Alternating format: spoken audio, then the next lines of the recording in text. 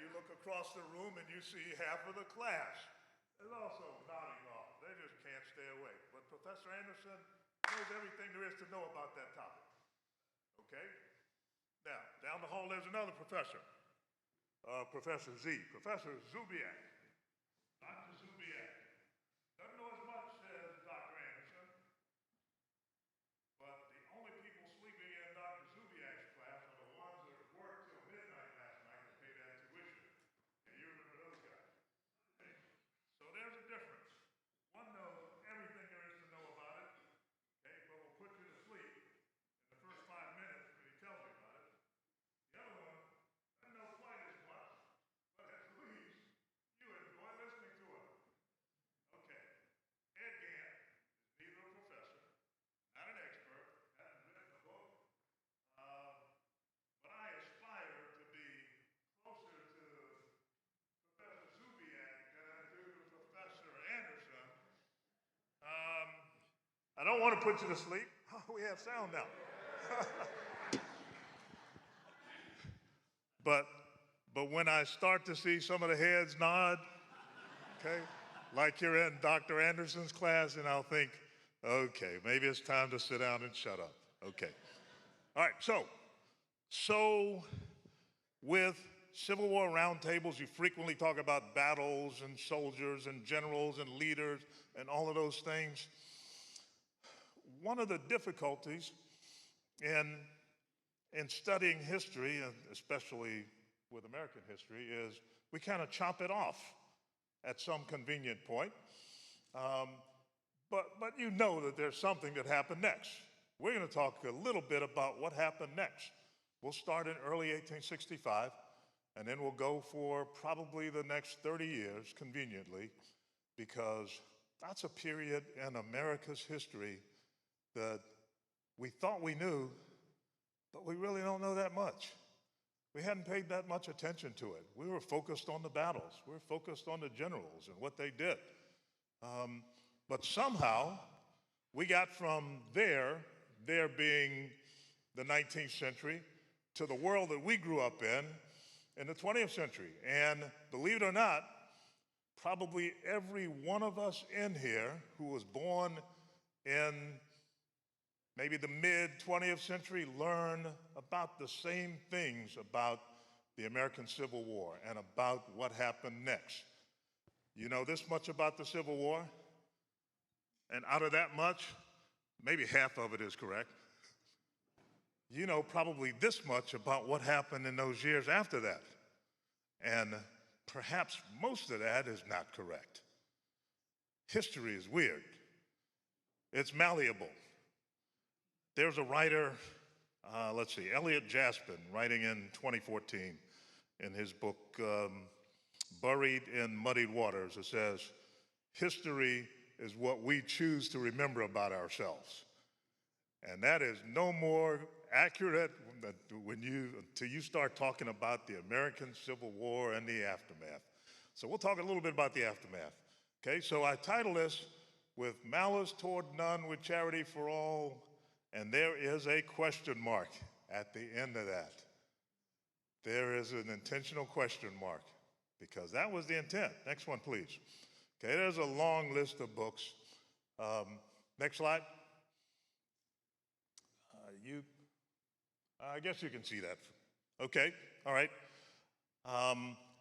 Eric Foner at Columbia University is probably one of the more respected modern historians when it comes to discussing this period in American history. But there are a number of authors and experts who have written about it, and you'll see some of those up here.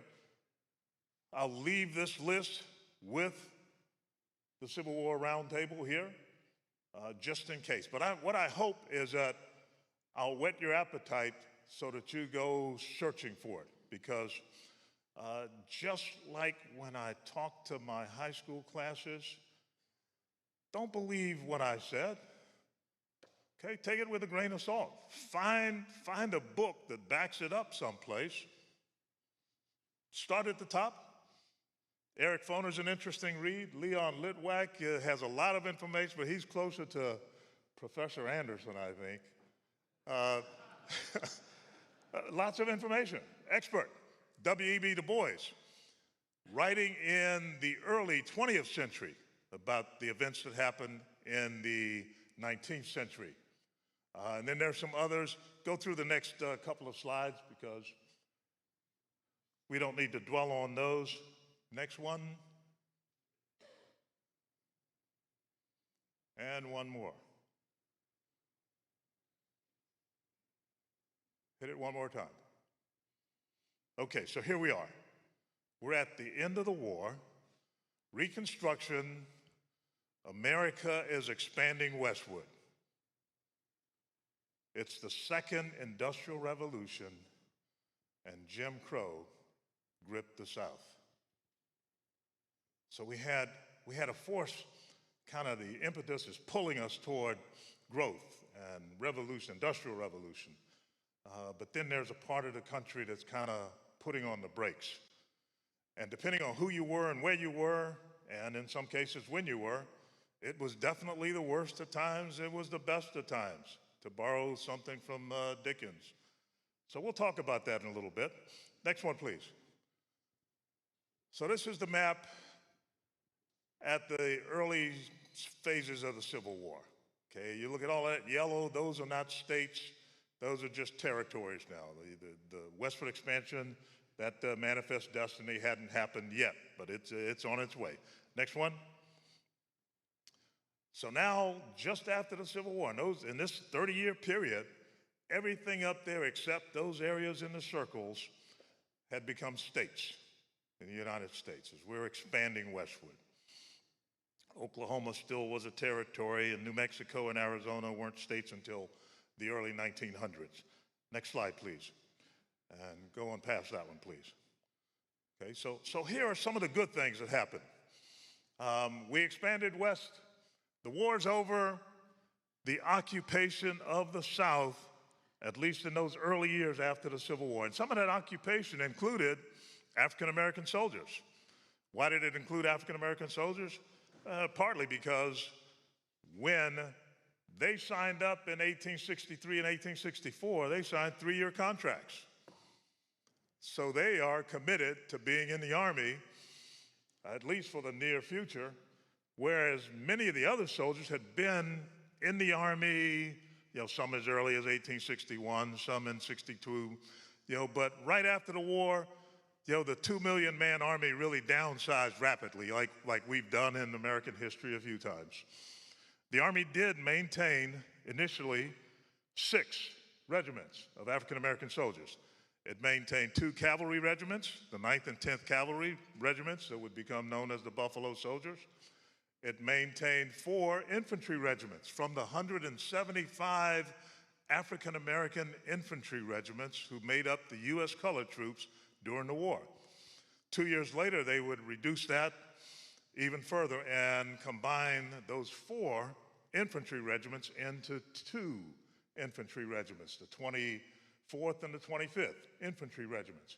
So we went through the end of the 19th century with African Americans in uniform occupying the South initially, being involved in westward expansion, the Indian Wars. 20% of the U.S. Army's cavalry was African American at the time. 10% of the U.S. Army infantry was African American at the time. And I don't ever remember seeing black cavalrymen come to the aid of Western settlers engaged in westward expansion, fighting in the Indian Wars, but the reality is they were there. They were there. During this time period, we also see the Transcontinental Railroad that moves from coast to coast, shrinking this big nation that we have, allowing that communication to go from one side to the other side in much less time. But it also brought people with their ideas, good and bad, from one area to another area. And that becomes a problem later on in life. We see the creation of something called the Freedmen's Bureau. And we'll talk about that shortly. But that was well-intentioned because now, at the end of the war, you had 4.5 million people who had formerly been enslaved and probably were illiterate, had no idea as to how to make a living and earn a living for themselves.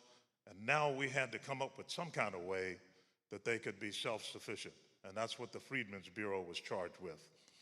Okay, this next one, public education in the South. Before the Civil War, the only people who were educated in the South were the sons and daughters of the landowners, the planter class. You know, if you were part of that wealthy class in the South, you went to a college. If you were not part of that wealthy class in the South, you didn't go to college. You went to work in the fields. So during this period, it's the first time in American history that we see large-scale public education in the North and the South. And that's one of those good things that comes out of this period. The growth of the steel industry. And that by itself made the America that we were born into in the 20th century with skyscrapers and cities and highways and all those things that made us the greatest country in the world by 1945 started with the growth of the steel industry.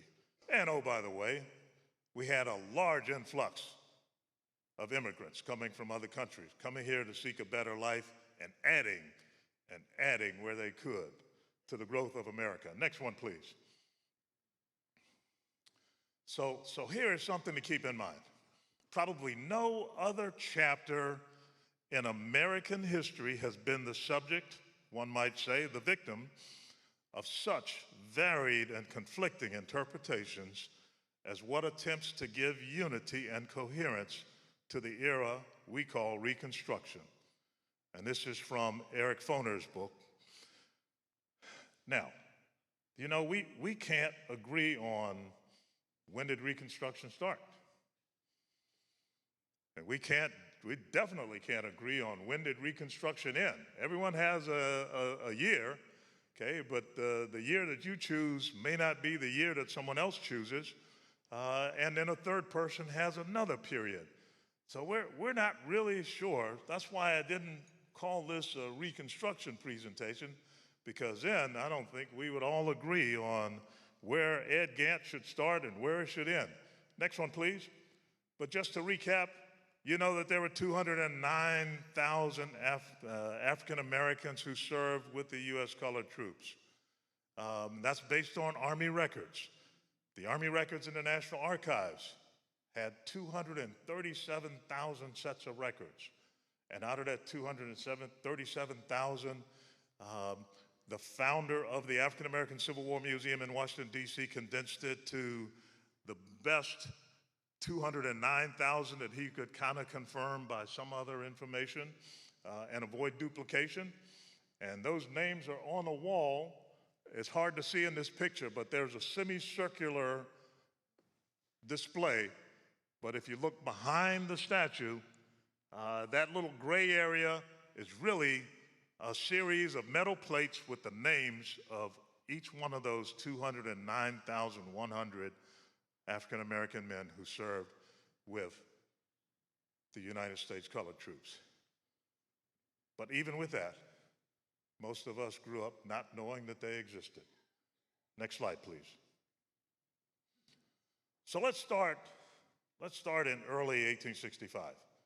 And I think a good place to start is probably Lincoln's Second Inaugural Address, March 4th, 1865. Both parties deprecated the war, but one of them would make war rather than let the nation survive, and the other would accept war rather than let it perish. Next slide.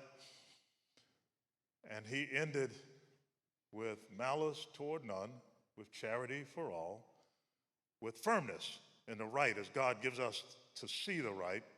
Let us strive on to finish the work we are in, to bind up the nation's wounds. Next slide.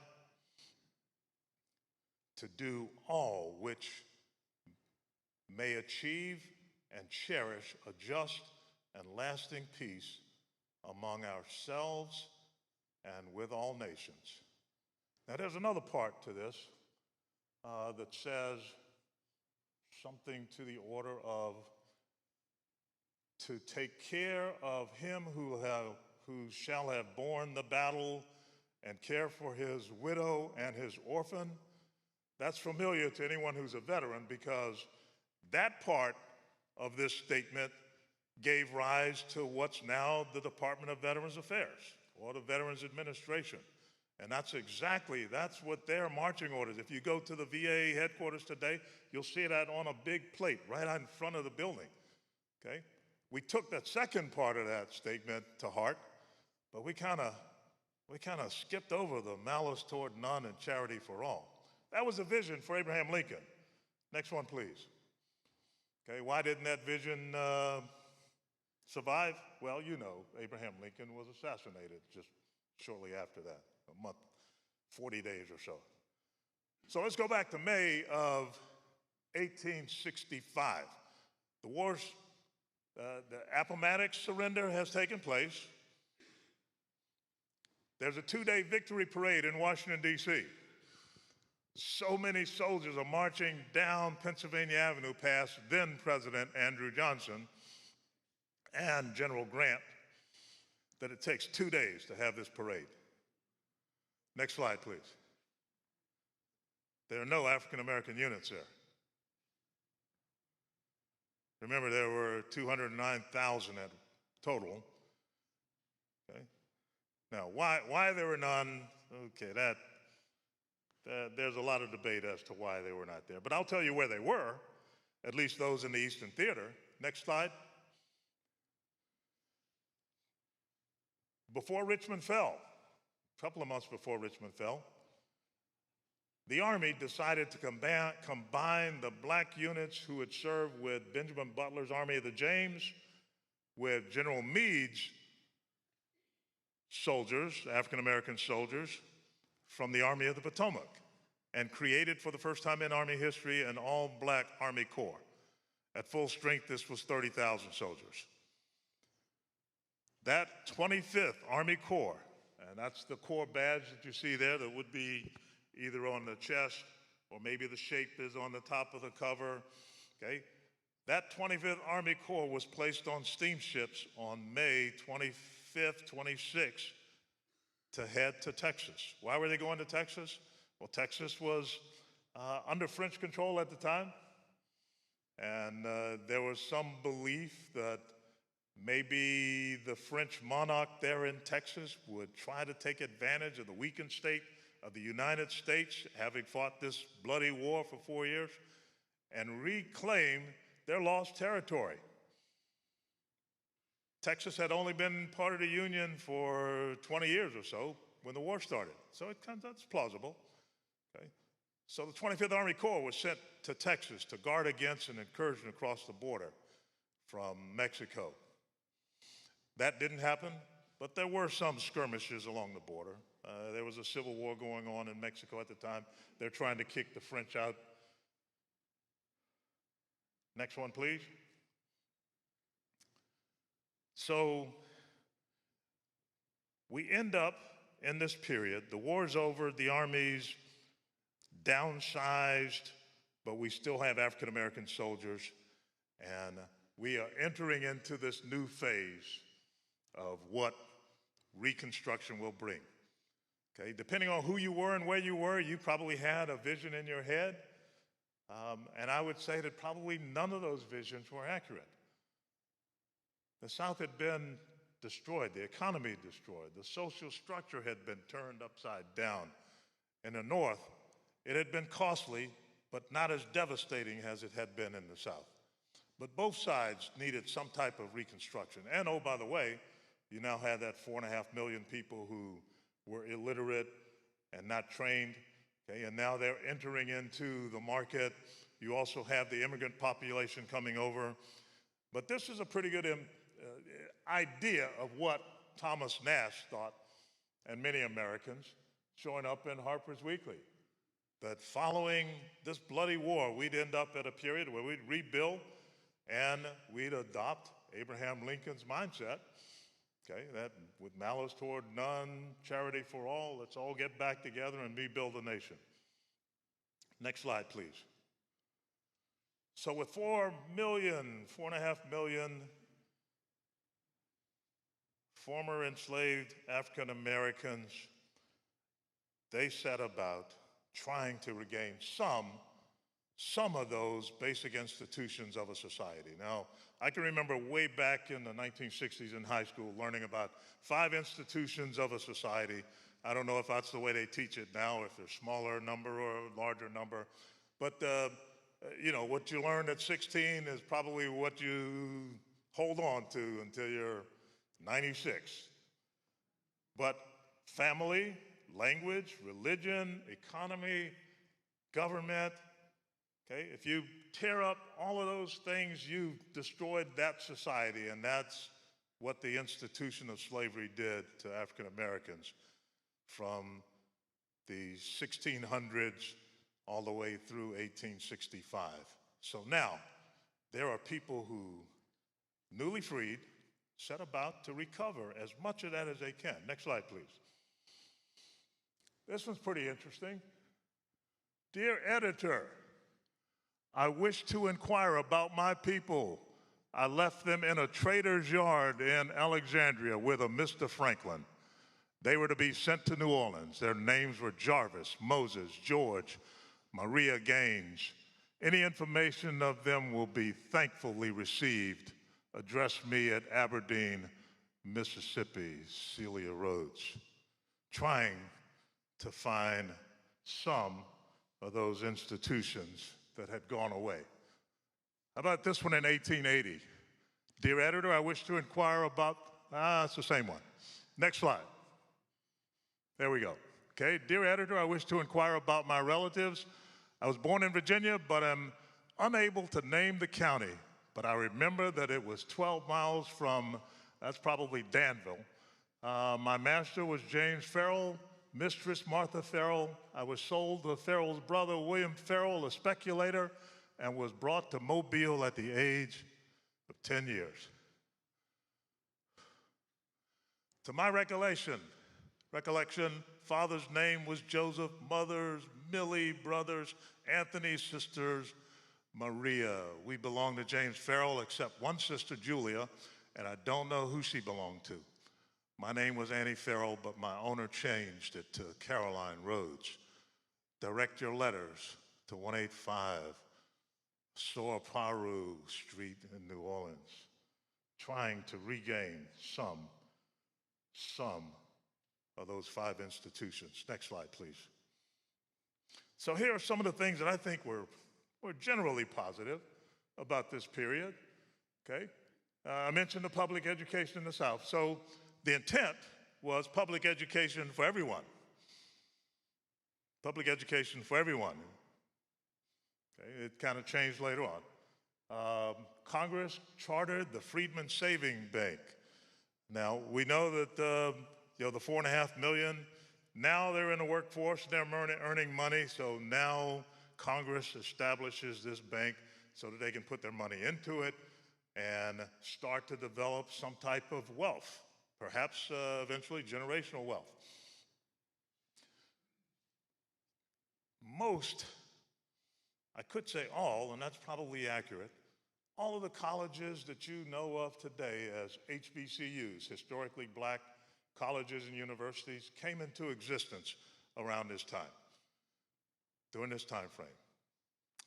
Many of those were created by churches, okay, different church groups.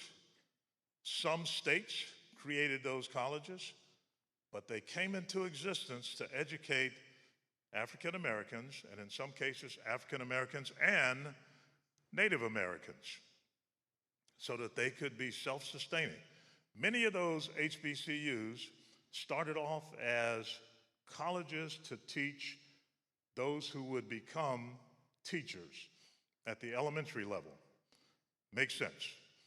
So the HBCU that I attended in Washington, D.C., Howard University, was founded in 1867. The name comes from a Union general, General Oliver O. Howard, who was at Gettysburg, okay? and then after the war was appointed as the head of the Freedmen's Bureau, and that university is still in existence today. During this time frame, the Indian Wars in the West and Southwest, many of those involved African American men. I believe the number is 14 that would receive medals of honor for bravery during this period in American history. And that's on top of the 26 or so that received medals of honor during the Civil War. Okay? If you hit it one more time, okay? While it might be positive, but if you were a Native American, I'm not sure it's as positive as we might see it. The Indian Wars kind of pushed them off of the land. We see this period of treaties, then treaties are broken and their forced resettlement. So once again, okay, depending on who you were and where you were, it could be a good time, it could be a pretty bad time. Next slide, please. Okay. I mentioned the creation of Freedmen's Bureau under General Howard. Okay, 1865 to 1872, its official title was the Bureau of Refugees, Freedmen, and Abandoned Lands. They had a bunch of great ideas, but then it kind of lost the support from the U.S. Congress and eventually just went away by 1872. Okay? During this time period, we see the first African American to graduate from West Point, Henry O. Flipper, with the West Point class of 1877. The American steel industry, 75 years of growth, and that growth gave rise to the nation we were born into. Here's something that you may or may not know. 16 African Americans served in the U.S. Congress during this time period, including one senator, okay? Senator Hiram Revels from Mississippi. Next slide, please. These were the first African Americans to serve in the U.S. Congress, one senator and the other representatives. Okay. Now, at least 3 of the men you see sitting here representing a state in Congress were soldiers wearing a uniform like this a few years earlier. Next slide. I mentioned the 9th and 10th Cavalry, okay? The 24th and 25th Infantry Regiments after about 1868, okay? We also see that expansion into the center of the country, that land rush in Oklahoma, the Continental Trail Railroad with the Golden Spike happens during this time period, okay? Now here's one that's interesting, because this is probably an indication of where we are headed, at least part of the nation, if not the nation itself, okay? 198,000 black men in Mississippi registered to vote in the 1870s. Next slide, please. But by 1900, that number of black men registered to vote in Mississippi was down to less than 1,000. How did we get from a time of such promise to that world reflected in that last bullet? Next slide. What happened? Next one. So here are some things that I would probably put in the not so good column, okay? You probably know we had 2 U.S. presidents assassinated during this time period, okay? Abraham Lincoln and Garfield in the 1880s, okay? Our political system was kind of rife with political corruption and patronage. You know, that you win an election, you bring in all your guys, and we all get rich together. If you want to land a great contract, you have to be part of my team, otherwise you're on the outside. But that third bullet is one of those that kind of created the world that we were born into. This is the time frame when a book came out by Edward Pollard, The Lost Cause. And it's the lost cause that we grew up with. Our understanding of the Civil War was greatly influenced by the Pollard book, The Lost Cause. And then this last one, there were three constitutional amendments that came out during this period. 13th Amendment that ended slavery, the 14th Amendment that granted citizenship rights. Now, do you know why we needed a 14th Amendment? Well, you gotta go back. Go back to 1857 when the Supreme Court, in the infamous Dred Scott versus Sanford decision, that said an African American has no rights that a white person is bound to observe. And oh, by the way, you could never be a citizen if you're an African American. So that was still the law of the land. Supreme Court decision, 1857. So we end up with the 14th Amendment. And then the 15th Amendment. Once the leaders at the time realized that you may have freedom, okay, 13th Amendment granted that. You may have the rights of citizenship, the 14th Amendment granted that, but if you can't vote, you probably can't influence much of the outcomes in your community or your state or your area. So the 15th Amendment granted the right to vote to African Americans. And that's when we see the response from the former Confederates who were part of the Democratic Party that just slowly, during this time period, reestablished their firm grip on the politics of the South. And they did that through intimidation, lawlessness, and violence. To include, 1870, here in North Carolina State Senator Stevens, attending a rally, is convinced to go down into a lower room at the rally area where he is either stabbed or shot, depending on which story you believe, but he is murdered because he was in support of what Lincoln said, malice toward none, charity for all. He was a supporter of African American civil rights during this time period. He is just one of a number. There was an African American elected to North Carolina state office that when he saw that that's what happens to a white person, that it's time for me to leave, and he left. And that took place in so many parts in the South. Next slide, please. And if that wasn't enough, then we have follow on to Edward Pollard's Lost Cause, telling us how the war started. If you go back one, telling us how the war started, what the war was about, okay? And that confusion persisted all the way up until the 1990s. Lost cause, one of the lost cause tenets. The war was not about slavery. The war was about states' rights, okay? And you will get into that debate today that the war is about states' rights.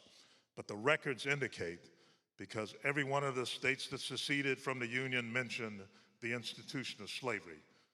And one went so far as to make sure that no elected official could interfere with that institution of slavery. There are historians who say that if there had not been slavery, there would not have been a civil war. There are other historians who say if there had not been a civil war, there would not have been emancipation. That's possible that both are correct. The 13th and 14th and 15th Amendments probably would not have passed both houses of our U.S. Congress if all of the Southerners who had been there prior to the war were still sitting in the U.S. Congress. there's a good chance that those would not have passed, including the 13th Amendment. By the time the 14th Amendment came along, it was used as a reward for those former Confederates to pledge allegiance to the United States. And that's what got it ratified. Okay? But we see throughout the South the establishment of something called black codes, reminiscent of that Dred Scott decision. What's a particular black code? Let's see. Here's one. If you are an African-American man, now this is after emancipation, after the 14th Amendment, after the 15th Amendment, so you have the rights of citizenship, you have the right to vote, okay? But you have a contract that I will work for this gentleman right here, and I can't break it. I can't go and seek employment someplace else without his express permission. That's a black code. Another black code. You are walking down the sidewalk of a particular town, okay? As a white person approaches, you are required to get off the sidewalk and step into the road. Those were parts of the laws that became the black codes, commonly referred to as Jim Crow, okay, that gripped the southern portion of the United States during this time period, okay? And the wholesale and effective disenfranchisement of black voters, okay? They recognized that we had the right to vote under the 15th Amendment, but then there were other hurdles that were placed in front of you. One of the most egregious is to place a jar of jelly beans at the voter registration poll or booth. And if you're a black person and you can't tell me how many jelly beans there are in that jar, you cannot register to vote. If you can't answer questions about the Constitution of the United States or how the government, you can't vote.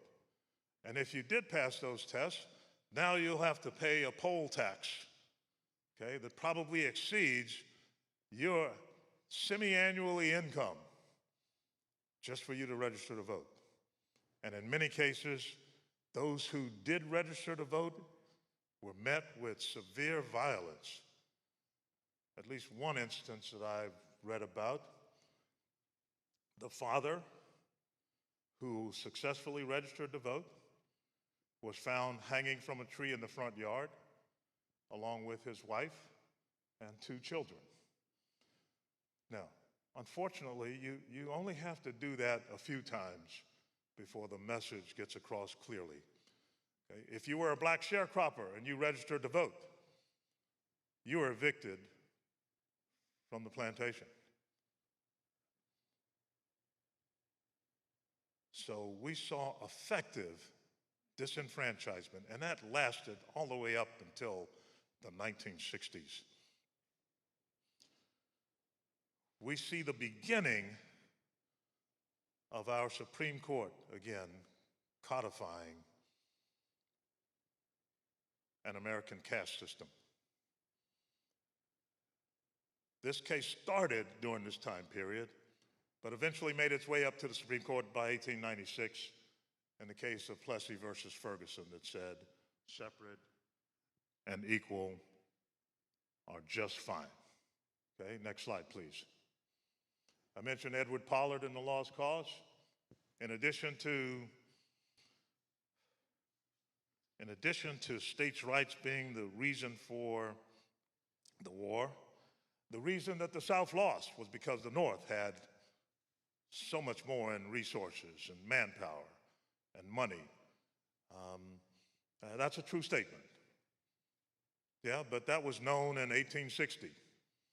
It wasn't a secret that 90% of the financial institutions of the United States were in the North, but 3/4 of the foundries to make cannons and guns were also in the North. It wasn't a secret that there were 23 million people in the North compared to 9 million in the South. And out of that 9 million, only 4.5 million were enslaved. Okay?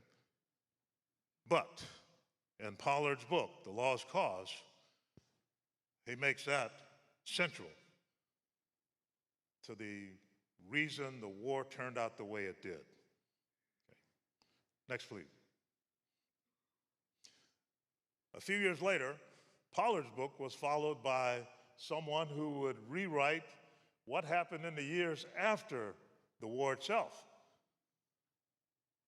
William A. Dunning was a professor up at Columbia University in New York, and his philosophy of this period we know as Reconstruction shaped the American attitude toward Reconstruction for the next 50 years.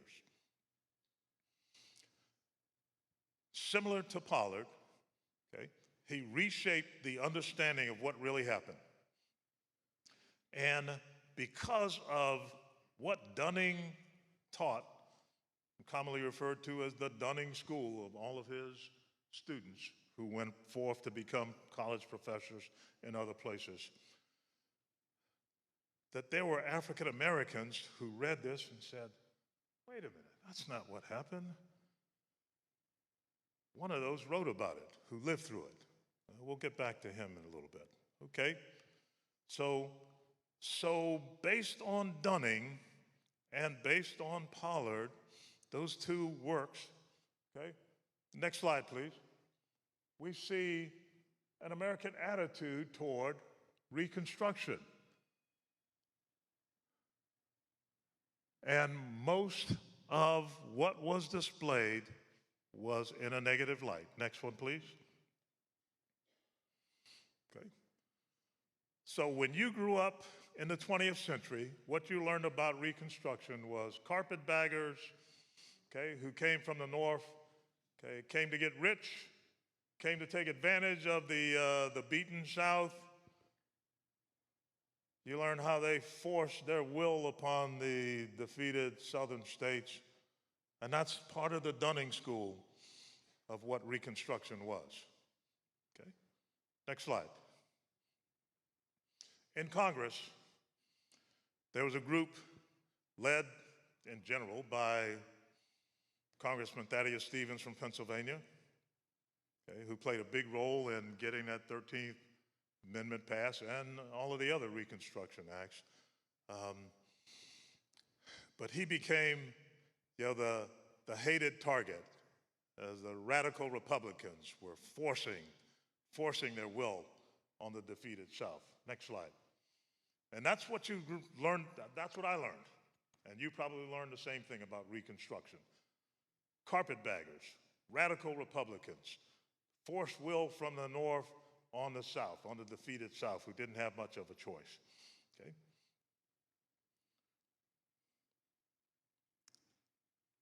These few precepts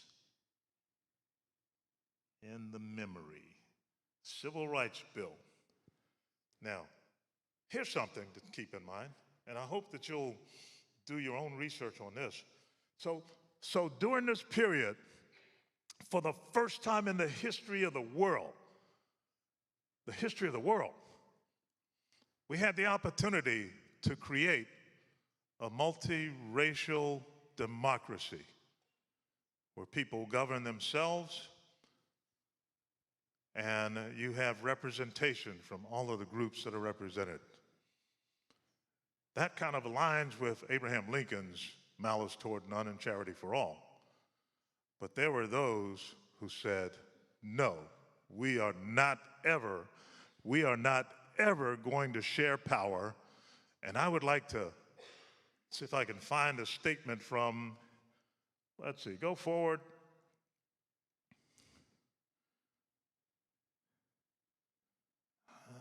Looking for a statement from, well, we'll come to it.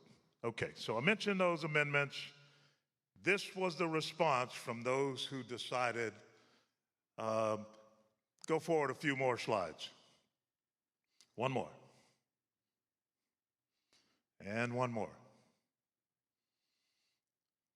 And one more.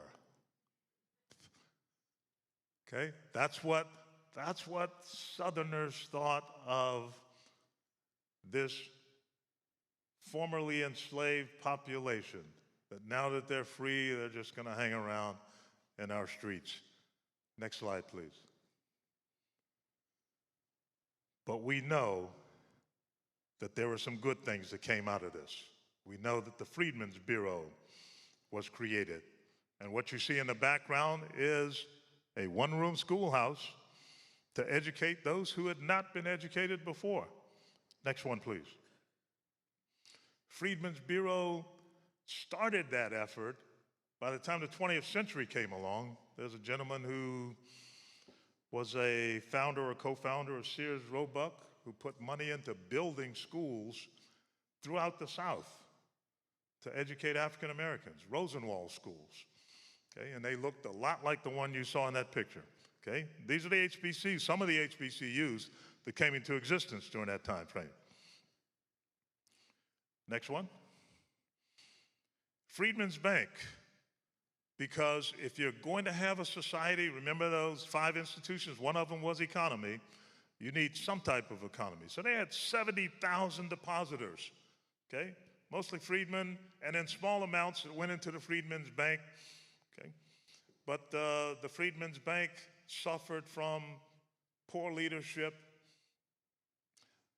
unsecured loans. Then there was a financial panic in 1873. And when you put all those things together, the bank eventually collapsed.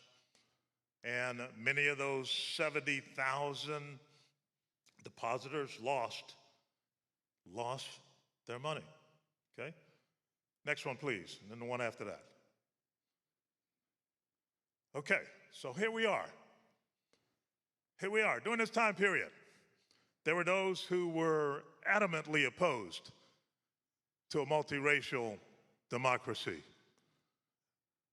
One of those groups called themselves the Redeemers. The Redeemers. Okay, they were expressly opposed to Negroes voting. Okay, now why would that be important? Well, in a few places, the state of South Carolina, for example, had more African Americans than it had white people. The state of Mississippi, another, that had a majority black population. So if in a pure democracy, you can kind of predict how that's probably going to turn out. If not in this election, perhaps in the next one or the one after that, okay? So they were adamantly opposed. They were opposed to the radical Republicans and anything that came from that group, Thaddeus Stevens, and definitely anti-carpetbaggers. Well, carpetbaggers were folks that came down from Boston and New York, someplace up north, okay? But equally as hated was this next group called the Scalawags. The Scalawags were Southerners who said, okay, I'm all right with a multiracial democracy. You know, one of those who's probably a scallywag in the minds of people at this time was General James Longstreet. Remember him? Yeah, well, he was willing to accept some degree of multiracial government, but he became a hated figure.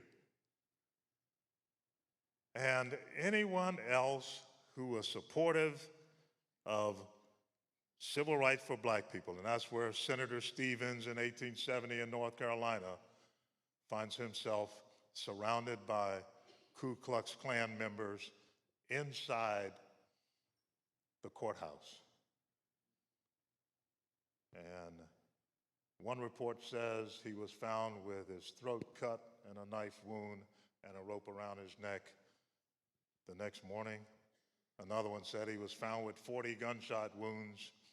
So once again, we have story A and story B, and you pick the one that you prefer, okay? Next slide. So this is the one I was looking for a minute ago. Okay, so here is the congressional record.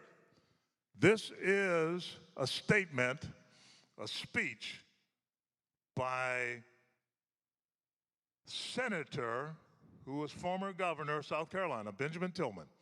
In my state, there were 135,000 Negro voters or Negroes of voting age, and some 90,000 or 95,000 white voters. Now, I want to ask you, with a free vote and a fair count, how are you going to beat 135,000 by 95,000? How are you going to do it? You had set us an impossible task. We did not disenfranchise the Negroes until 1895. Well, thank you for that. Then we had a constitutional convention convened which took the matter up calmly, deliberately, and avowedly with the purpose of disenfranchising as many of them as we could under the 14th and 15th Amendments.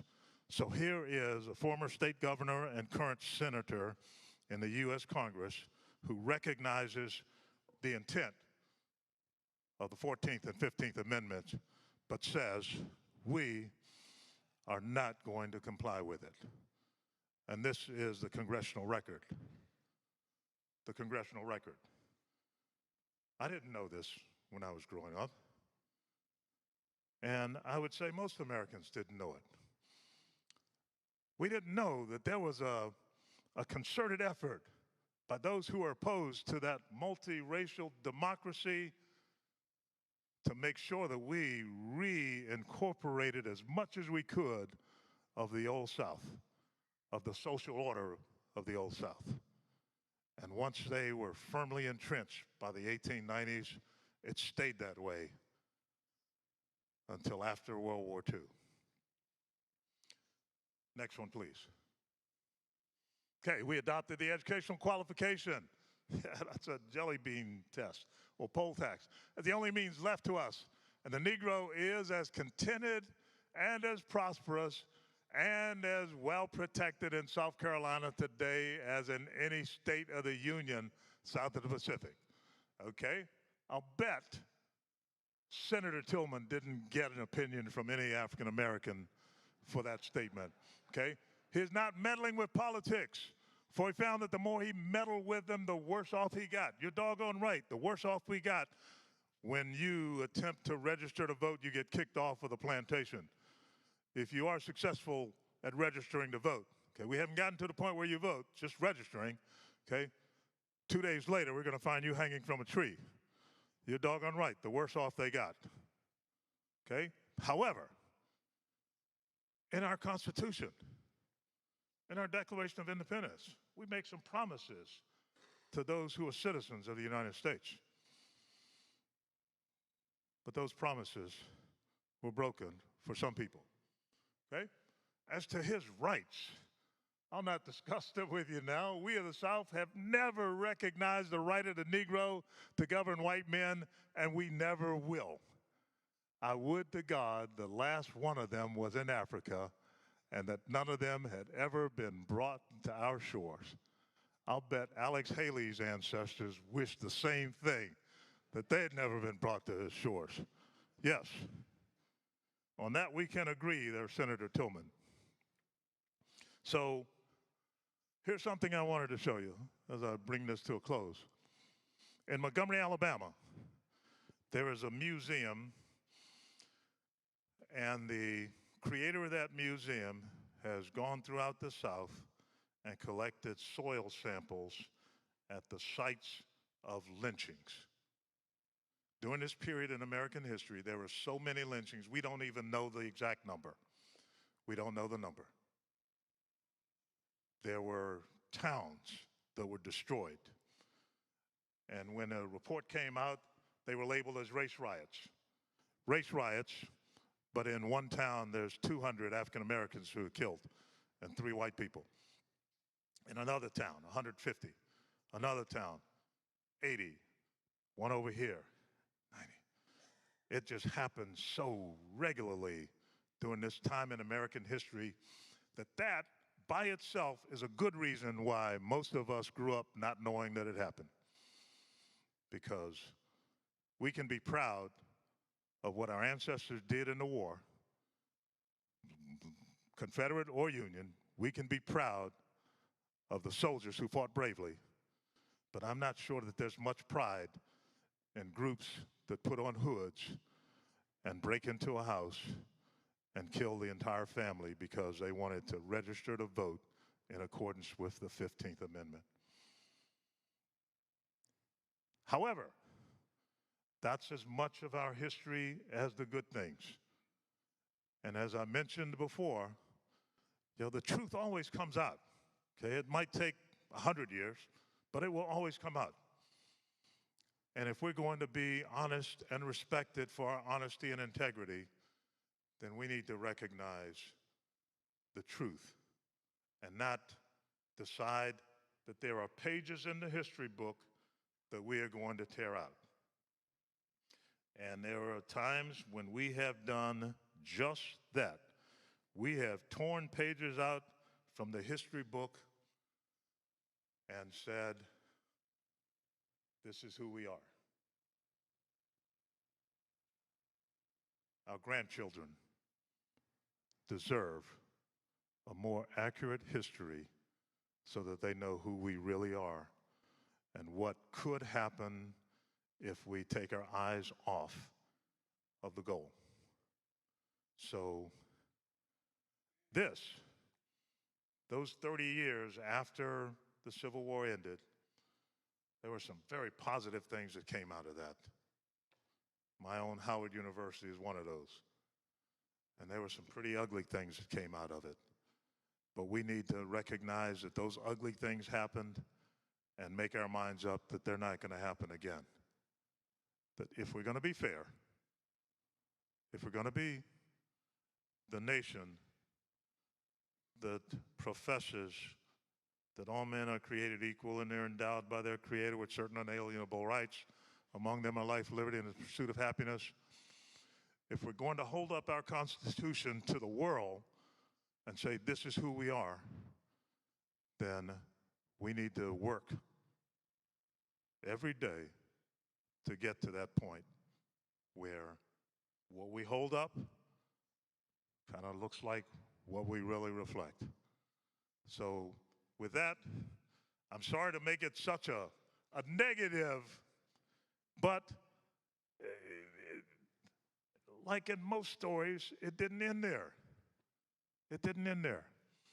African-American soldiers continued to fight in the Spanish-American War, in World War I, in World War II, and each time that they fought, they expected to be treated a little bit better than they had been after the previous war. And most of the time they were disappointed, but that didn't stop us from coming back the next time. So what kind of America will we have in 2050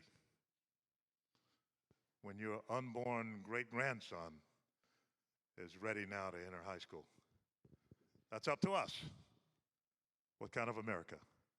I think it helps to know what we were, where we came from, what we did, so that we can be better prepared to become that multi-racial, multi-ethnic, functioning democracy.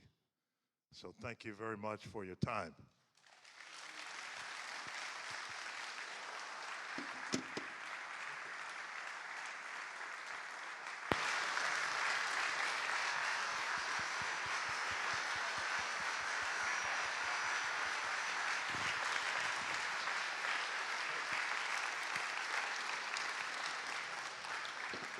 We'll open the floor for questions. If you have a question, please just raise your hand and I'll bring you the microphone. Any questions? Okay, I see one back here. Okay. I'll get you next. Thank you so much for coming tonight. I was curious as to any historical records of the slave owners actually making their slaves fight in the war to help the Confederate side. What definition of fight are you implying there? Well, helping the effort. Fight in the war. Helping the effort. Yes, most definitely. Yeah. If I were a plantation owner's son who owned slaves, and I'm in Georgia or Tennessee, and I'm going off to join a Civil War unit, I will have a manservant with me, maybe two, depending on how wealthy my dad is. And that was a frequent occurrence, okay? But the question I asked about what definition of fight is important there, because that manservant doesn't have a rifle. We're not trusting him in a uniform, and he is not going into battle, except perhaps right behind me to reload the weapon. So that happened regularly, but that's different from having units of African Americans who were wearing a gray uniform who fought in the classic sense of fight in a war. Okay. Was that kind of close to? Yes. Okay. I see a question in the back. Here you go. This may be a strange question. We use it all, the term all the time. We've read thousands of pages of Civil War history. I don't think anybody knows who Jim Crow was. Jim Crow was a minstrel show. That was a name given to a guy in blackface who would dance across the stage, portraying African Americans who were enslaved at the time. So when the laws came out that applied to black people, for some reason, someone said, those are Jim Crow. Okay, so that's where that comes from. Yes. Has the current GI Bill of Rights done anything to affect that? Say that last part again, the current GI Bill of Rights? The current GI Bill that's been issued by the government, does that help the Negro in the... So if we start after World War II, the answer is yes, but not as much as it did after Vietnam. There were some places where aspects of the GI Bill were not allowed, were just out of reach of African American returning soldiers. And then there were other places where they took full advantage of those and went to college. I knew some of those guys. I can remember at least 2 professors at Howard University who were World War II veterans who had gone to college using the GI Bill, actually who had gone to pursue a graduate degree. They had already been college students. So the short answer is yes, but not to the maximum extent possible, because they had to go through certain state gates to access those GI Bill college opportunities, education, employment opportunities. And if you had to go through a state apparatus in Mississippi in 1948 or 49, it probably was not going to be as welcoming as it would have been in Wisconsin, for example. But by the 60s, the difference became less and less of a factor. That's a great question.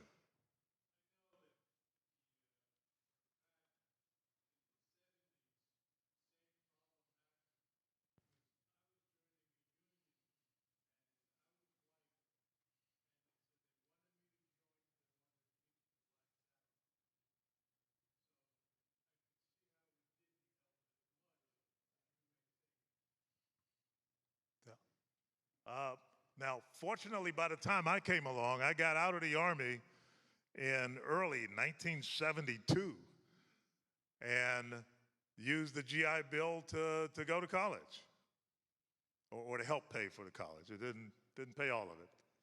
Okay. See, but by the time I came along, okay, we had reduced that gap between GI Bill use by African American veterans compared to GI Bill use by white Americans. Okay, great, thank you.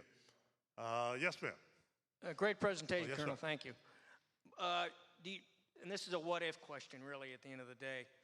Do you think Reconstruction would have been different had Lincoln not been assassinated and was able to live out his three years of the rest of his term, would he have the political capital to be able to do Reconstruction perhaps differently than what Johnson did?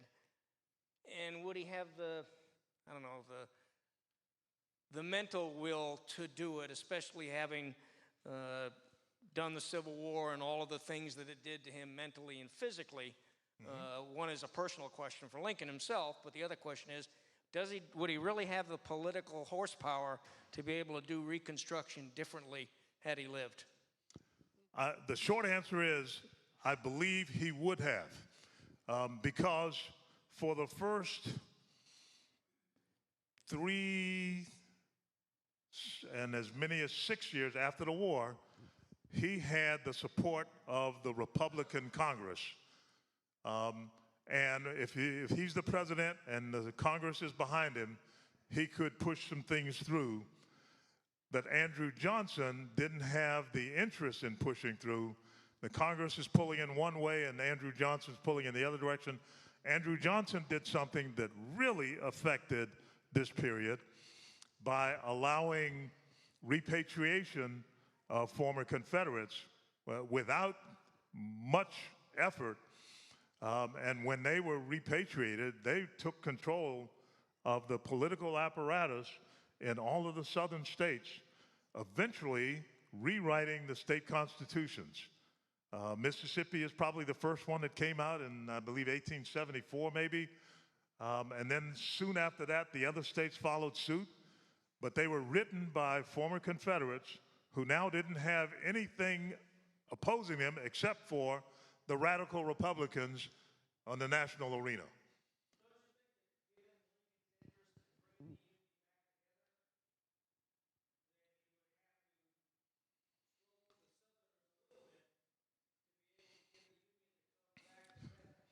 Well, yes, he would.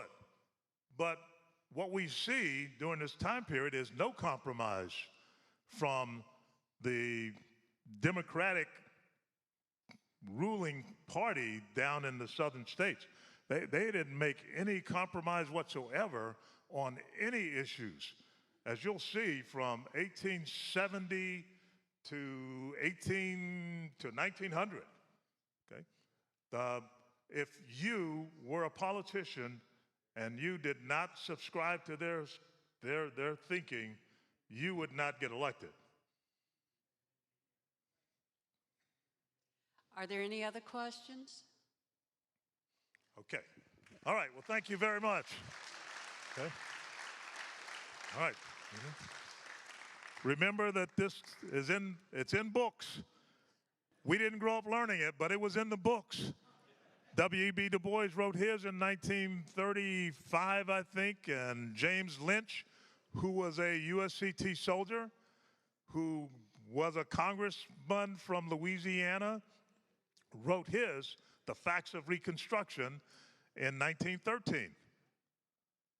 But what we learned was from the Dunning School. So thank you again.